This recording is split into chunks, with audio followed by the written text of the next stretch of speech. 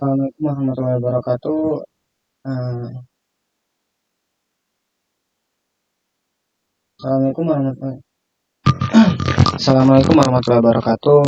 Saya Muhammad Fikra Rijali Lubis dengan NIM 52235300022. Pada kesempatan kali ini saya akan mempresentasikan hasil tugas proyek saya yang berjudul Optimasi Ekonomi Logistik pada Sistem Tenaga menggunakan metode Langrenz Multiplier untuk meminimalkan biaya operasi pembangkit. Nah, latar belakangnya, dalam sistem tenaga listrik, pembagian daya antara beberapa generator sering dilakukan tanpa perhitungan secara matematis, melainkan hanya berdasarkan kebiasaan atau pengalaman operator. Akibatnya, ada unit pembagian yang lebih boros justru bekerja lebih besar, sementara unit yang lebih efisien tidak dimaksimalkan dengan baik. Hal ini membuat total biaya operasi pembangkit menjadi lebih mahal daripada kondisi optimal. Karena setiap generator punya karakteristik biaya berbeda A, B, dan C. Pembagian daya yang tidak tepat akan menyebabkan ketidakseimbangan incremental full cost dan akhirnya menurunkan efisiensi sistem tenaga. Di sini ada 6 tujuannya. Yang pertama, menentukan pembagian daya optimal pada setiap generator agar total biaya operasi pembangkit menjadi minimum. Yang kedua, menghitung nilai lambda sebagai dasar penentuan titik operasi ekonomis menggunakan metode Langrenz Multiplier. Yang ketiga, menyamakan incremental full cost antara generator sehingga sistem bekerja pada kondisi paling efisien. Yang keempat, membandingkan kondisi awal pada optimasi dengan hasil optimasi ILD untuk melihat penghematan biaya yang dicapai. Yang kelima, menyediakan model perhitungan sederhana yang dapat diaplikasikan pada sistem pembangkit skala kecil maupun besar. Yang keenam, meningkatkan efisiensi operasi sistem tenaga listrik melalui pendekatan matematis yang sesuai dengan standar optimasi sistem tenaga. Nah, formulasi masalah. Yang pertama itu ada objective function. Tujuan utama ILD adalah meminimalkan total biaya operasi pembangkit dengan menentukan pembagian daya paling ekonomis pada setiap generator. Setiap generator memiliki fungsi biaya bahan bakar berbentuk kuadrat. Total biaya seluruh pembangkit. Ini ada rumusnya di sini. Nah, yang kedua ada constraint. Yang pertama tuh ada power balance constraint atau keseimbangan daya. Jumlah daya semua generator harus sama dengan kebutuhan beban. Maksudnya, semua total generator harus sama dengan kebutuhan beban. Tidak boleh lebih, tidak boleh kurang. Yang kedua, generator capacity constraint. Batas P minimum sampai P maksimum. Setiap generator punya batas aman operasi. Kondisi optimal. Pada kondisi biaya minimum, dF1 per dP1 sama dengan dF2 per dP2 sama dengan dFn per dPn sama dengan lambda. Nilai ini disebut incremental full cost atau IFC. Semua generator harus punya IFC yang sama setara lambda. Nah, masuk ke flowchart. Jadi, sebelum kita menghitung bagaimana cara menghitung, kita harus tahu nih apa-apa saja yang langkah-langkah apa saja sih yang harus kita lakukan sebelum kita menghitungnya. Yang pertama, mulai input data. Yaitu pertama kita menginput data. Setelah kita menginput data, kita masuk ke hitung lambda on constraint. Setelah kita menghitung lambdanya, kita menghitung PI di masing-masing generator dengan rumus yang seperti ini. Setelah itu masuk ke P dalam batas. Itu maksudnya apakah P ini tadi yang kita hitung menggunakan rumus ini hasilnya itu dalam batas kah atau tidak. Kalau misalnya dalam batas itu akan selesai. Kalau tidak dalam batas itu akan masuk ke klaim P1. Jadi ketika di luar batasnya itu ke minimum, maka nilai yang diambil adalah P minimumnya. Sedangkan kalau misalnya nilainya itu dekatan dengan P maksimum, maka nilainya akan diambil, nilai dayanya diambil ke P maksimumnya. Gitu. Setelah itu kita akan mengulang hitung ulang lambdanya, balik sini lagi.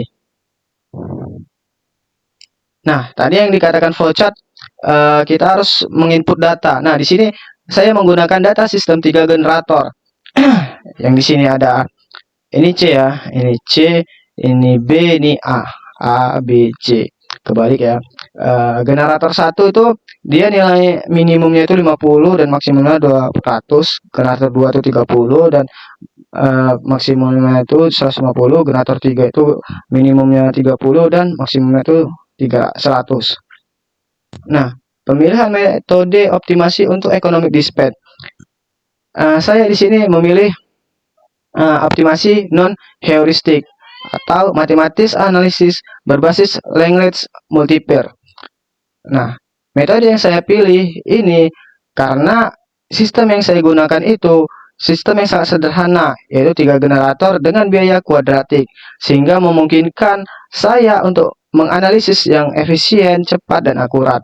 Metode ini memberikan solusi optimal global selama generator beroperasi dalam batasnya, serta fleksibel karena dapat dikombinasikan dengan prosedur clamping untuk menangani generator yang melebihi batas maksimum dan maksimum. Secara keseluruhan, metode ini cocok untuk sistem skala mini atau menengah dan banyak digunakan di literatur serta buku teks power system. Nah, kita masuk perhitungan formulasi sistematis. Nah, untuk kita mencari nilai ini, maka akan ada banyak nih rumus-rumus yang harus diturunkan. Yang pertama tuh biaya tiap generator berbentuk kuadratik. Ini rumusnya. Dan yang kedua tuh objektif. Nih rumusnya. Dengan constraint daya nih rumusnya. Gunakan Lagrange multiplier untuk constraint. Ini rumusnya. Terus ini kondisi optimal karena kita menggunakan Lagrange multiplier. Nah, ini dia rumusnya. Kalau misalnya ada kondisi yang sama dengan 0, maka rumusnya akan seperti ini. Nah, untuk syarat keseimbangan ini, untuk substitusi ini, kelompokkan lambda ini. Nah, sehingga hasil lambda unconstrained itu tadi akan seperti ini. Nah, setelah itu, kita masuk algoritma step by step perhitungan unconstrained. Lambda unconstrained. Hitung koefisiensinya. Nah, itu B1 per 2C1. Nah, nilai B1-nya itu yang kita lihat tadi berapa? 4 dan ini C ya. C 0,1 kita masukkan. Nah, hasilnya itu 200 dan di generator 2 itu 208,33 dan di generator 3 itu sebesar 200 juga sama seperti generator 1. Nah, kita masukkan nih nilai sigma BI per 2CI. Yaitu tinggal tambahkan aja ini semua. 200 ini masuk untuk generator 1, ini generator 2, dan ini generator 3. Dan hasilnya itu 608,333. Dan untuk sigma 1 per 2 CI, ini rumusnya, ini 1 masuk ke sini, 2 CI-nya itu dari sini kita ambil ya. Ini kan 2 CI kan. Ini 2, ini 2024, ini 0,3. Nah, hasilnya itu sebesar 125,0. Kita masukkan rumus lambda unconstrained-nya tadi kan. Ini PD kan. PD-nya itu yang tadi seperti di ini di diagram ini, PD-nya itu sebesar 210 megawatt. Jadi di sini kita tulis 210 dan di sini kita masukkan nih BI per 2CI ini masuk ke sini dan ini 1 per 2CI masuk ke sini. Dan hasilnya itu nilai lambdanya itu 6,54666,7. Oke. Nah, setelah kita dapat nih nilai lambdanya itu, kita harus mencari PI-nya sesuai dengan flowchart-nya itu tadi. Nah, kita hitung nih nilai PI dari lambda unconstrained-nya itu tadi. Nah, pada generator 1, daya yang dihasilkan itu sebesar 127,333 megawatt. Nah, pada generator 2, daya yang dihasilkan itu sebesar 64,444 megawatt. Pada generator 3, daya yang dihasilkannya itu sebesar 18,222 megawatt. Nah, pada generator 1 itu dia dalam batas maksimum dan minimum, dalam batas aman, dan yang generator 2 juga dalam batas aman. Nah, yang generator 3 ini dia P3-nya itu sama dengan 8 lebih kecil ketimbang P3 min. Berarti tidak valid. Jadi sehingga kita lihat yang dikatakan ini. Nah, kalau misalnya P-nya itu dalam batas itu akan selesai. Kalau misalnya tidak, itu akan ke klaim P1 PI. PI dia kemana? Ke P min kah atau ke P max cenderungnya? Nah, di sini kondisi kita saat ini dia lebih ke P min. Jadi kita ambil nih nilai P min dari generator 3 nih. Nah, nilai P min-nya itu sebesar 30 megawatt. Nah, karena generator 3 sudah kita dapatkan nilainya, maka generator yang akan kita selesaikan adalah generator 1 dan 2. Yaitu kita masukkan ini PRAM-nya ini. Nah, yang awalnya 210 kita kurangi jadi 30 untuk generator 3 karena kan kita sudah tidak mencari generator 3 lagi. Jadi sisa beban itu sebesar 180 megawatt. Nah, kita hitung lambda untuk generator 1 dan generator 2. Ini rumusnya kita masukkan. Jadi kita tidak usah memasukkan generator 3 lagi. Jadi kita masukkan generator 1 dan 2. Ini sama dengan masuk. Nah, dan hasil yang lambdanya itu tadi sebesar 6,41818182. Nah, setelah itu kita hitung nih daya pada generator 1 dan generator 2 yaitu sebesar 120,9090 megawatt untuk generator 1 dan generator 2 dayanya sebesar 59,090909 megawatt. Oke, kita cek hasilnya.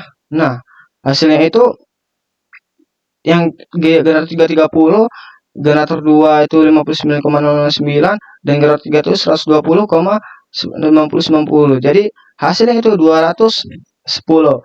Yang seperti saya bilang tadi, ILD itu untuk kok ILD apa ya? Objective function-nya itu dia constraint-nya itu tadi dia nggak boleh apa ya melebihi kan yang tadi dibilang daya pada masing-masing generator harus sama dengan daya yang dibutuhkan oleh beban gitu.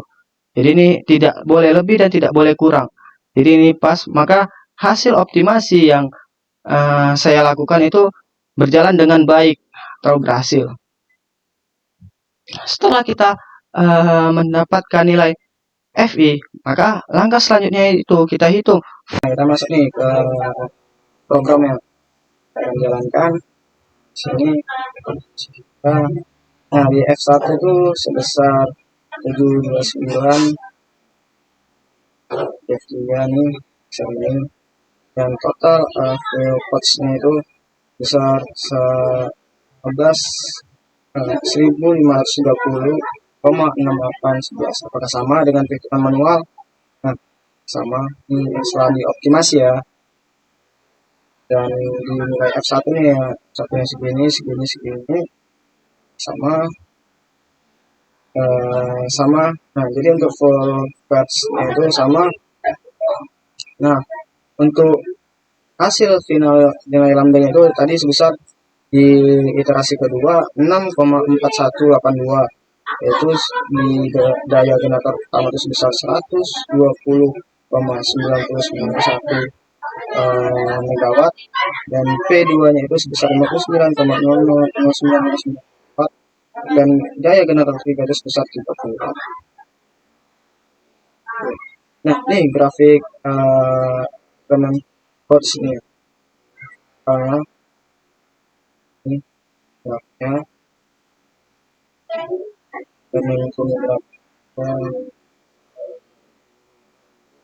nah ini untuk ekonomi di speknya nih ya, di spek pada sama dengan yang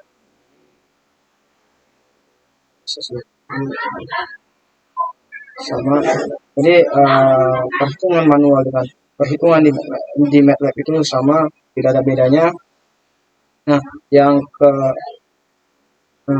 terus kita masuk ke interpretasi hasil optimasi ekonomi. Oh ya, kita kasih dulu. Nah, kondisi baseline versus hasil optimasi. Nah, jadi sebelum dioptimasi, daya pada generator itu sama, generator 1, 2, dan 3. Sehingga biaya F unit per HR-nya itu sebesar 1564,7 unit per HR. Ini baseline ini bisa dilihat. Ini setelah dioptimasi. Nah, ada penghematan itu sebesar 34 unit per HR.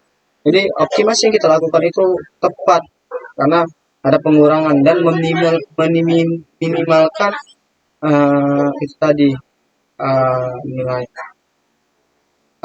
ekonomi di spek ini tadi.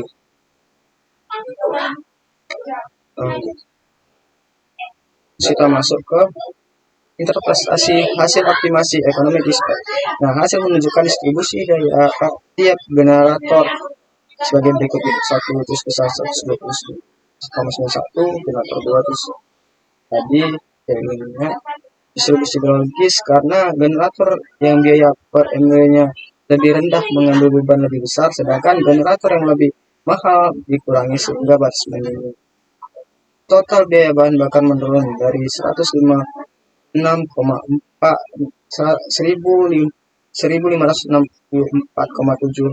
unit per HR atau baseline menjadi 1530,68 unit per HR. Kan penghematan sekitar 34 unit per HR dan efisiensi ekonomi telah tercapai. Semua generator tetap memenuhi batas P minimum dan P maksimum, dan nilai Lagrange multiplier lambda stabil pada 6,418, menandakan konvergensi algoritma secara keseluruhan. Solusi optimasi sudah optimal dan sesuai teori karena total daya sama dengan beban LP demand. Biaya total minimum distribusi daya mengikuti prinsip economic respect serta prosedur klaim dan iterasi lambda sesuai praktikum standar. Baiklah, kesimpulannya yang pertama tuh efisiensi biaya total bahan bakar menurun dari 1564,7 unit per HR menjadi 1530 per 0,68 unit per HR. Solusi optimal metode Lagrange multiplier berhasil menghasilkan distribusi daya generator yang optimal di mana total daya